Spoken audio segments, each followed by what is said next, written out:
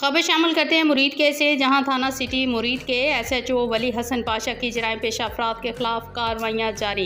शौकत वल्द आरफ जट इश्तियारियों को पनाह देने के जुर्म में गिरफ्तार। उस्मान वल्द निसार जट से 30 बोर नजायज़ पिस्टल बीमा गोलियां बरामद करके गिरफ्तार कर लिया गया। सखावत वल्द अमानत मुगल को इश्तियारियों को पनाह देने के जुर्म में गिरफ्तार कर लिया गया, जबकि फ़कीर मोहम्मद खोखर से 620 ग्राम चर्स बरामद, साइमा बीबी से 2000 ग्राम चर्स बरामद और शमसुद्दीन मुगल को किरायादारी ना अंदराज करवाने पर गिरफ्तार करके तमाम मुल्ज़मान के खिलाफ अलहदा मुकदमा दर्ज कर लिया गया। इलाके के लोगों का SHO वली हसन पाशा और उनकी टीम को खराज तहसीन। रिपोर्ट समीउल्लाह वट्टू।